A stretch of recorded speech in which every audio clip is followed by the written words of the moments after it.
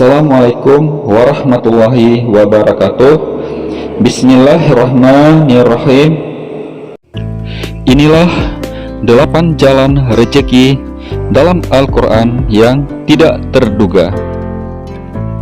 Manusia sering sekali melihat rezeki hanya dari material saja, padahal masih banyak jenis rezeki yang dapat kita rasakan, seperti teman yang baik, lingkungan yang nyaman, dan lain sebagainya. Serta tidak sedikit juga orang berpikir bahwa sumber rezeki hanya dari hasil kerja kerasnya saja, sedangkan Allah Subhanahu wa Ta'ala telah menyiapkan 8 jalan menuju rezeki yang telah disebutkan dalam Al-Quran.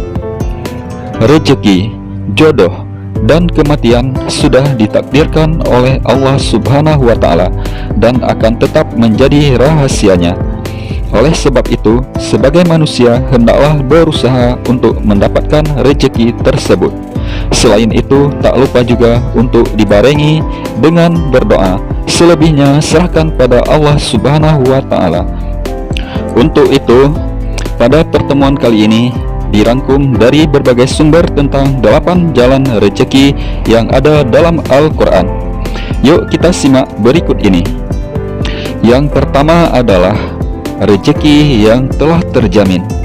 Sebagai manusia di muka bumi yang diberikan akal dan fikiran oleh Allah Subhanahu wa Ta'ala, hendaklah memanfaatkan nikmat tersebut dalam mencari rezeki, karena Allah Subhanahu wa Ta'ala telah menjamin rezeki seseorang sejak mulai dari kandungan.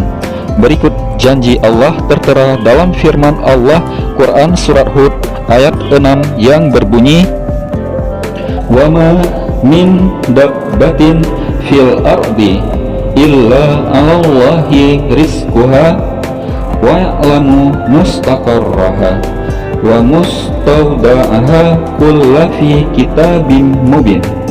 Yang artinya adalah, dan tiadalah sesuatu pun dari makhluk-makhluk yang bergerak di bumi melainkan Allah jugalah yang menanggung rezekinya dan mengetahui tempat kediamannya dan tempat ia disimpan.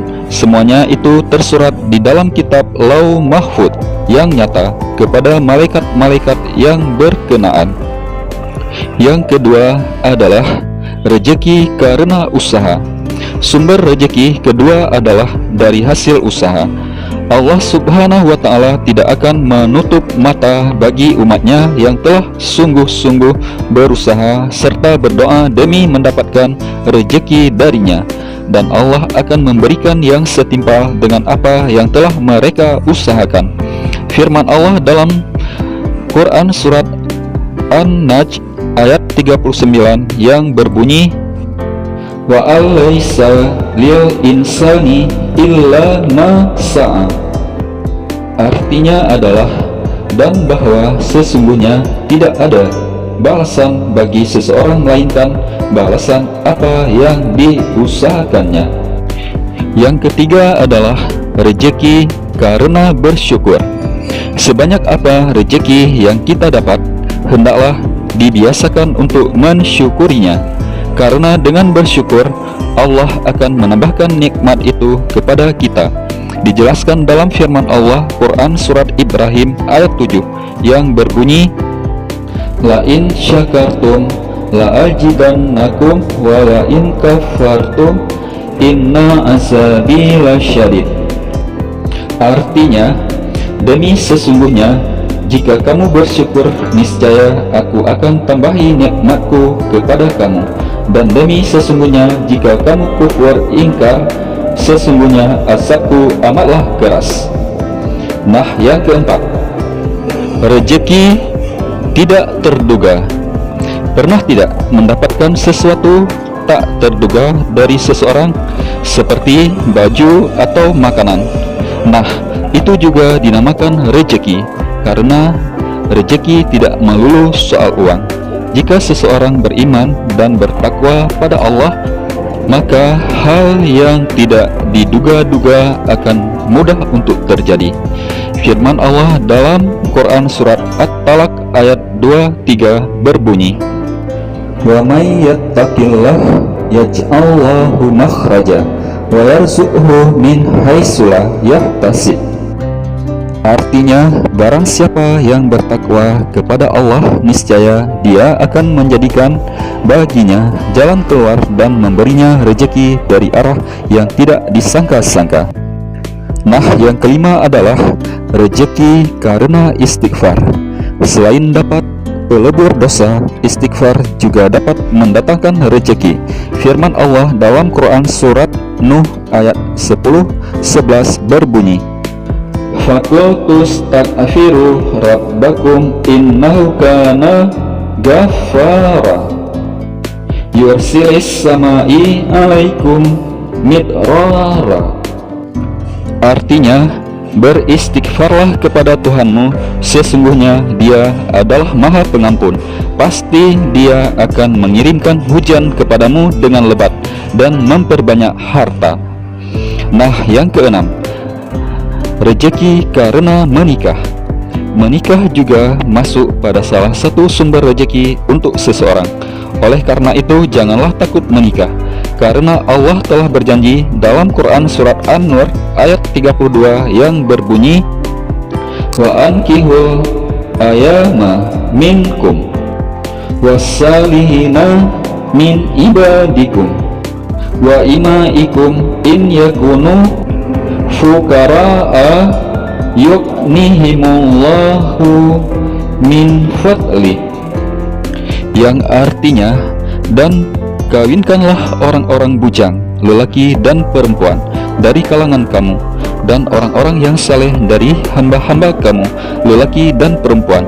Jika mereka miskin, Allah akan memberikan kekayaan kepada mereka dari limpah karunia-Nya, karena Allah maha luas rahmat-Nya dan limpah karunia-Nya, lagi maha mengetahui. Nah, yang ketujuh adalah rezeki karena anak. Biasanya salah satu alasan seseorang takut untuk menikah karena takut tidak dapat menafkahkan istri dan anaknya. Bahkan saking takutnya ada yang menunda memiliki anak, sedangkan anak adalah salah satu sumber rezeki bagi orang tuanya. Firman Allah dalam Quran surat Al-Isra ayat 31 berbunyi, Wala ta'kulu auladakum khasyata imlakin nahnu narzuquhum wa iyyakum. Artinya, dan janganlah kamu membunuh anak-anakmu karena takut miskin. Kamilah yang akan menanggung rezeki mereka dan juga rezeki bagimu. Nah, yang kedelapan, rezeki karena sedekah. Yang terakhir, rezeki karena sedekah. Hal ini tertulis dalam Quran surat Al-Baqarah ayat 245 yang berbunyi, Man zallazi yuqridullaha qardan hasana fayudaifahu lahu ad'afan kasirah.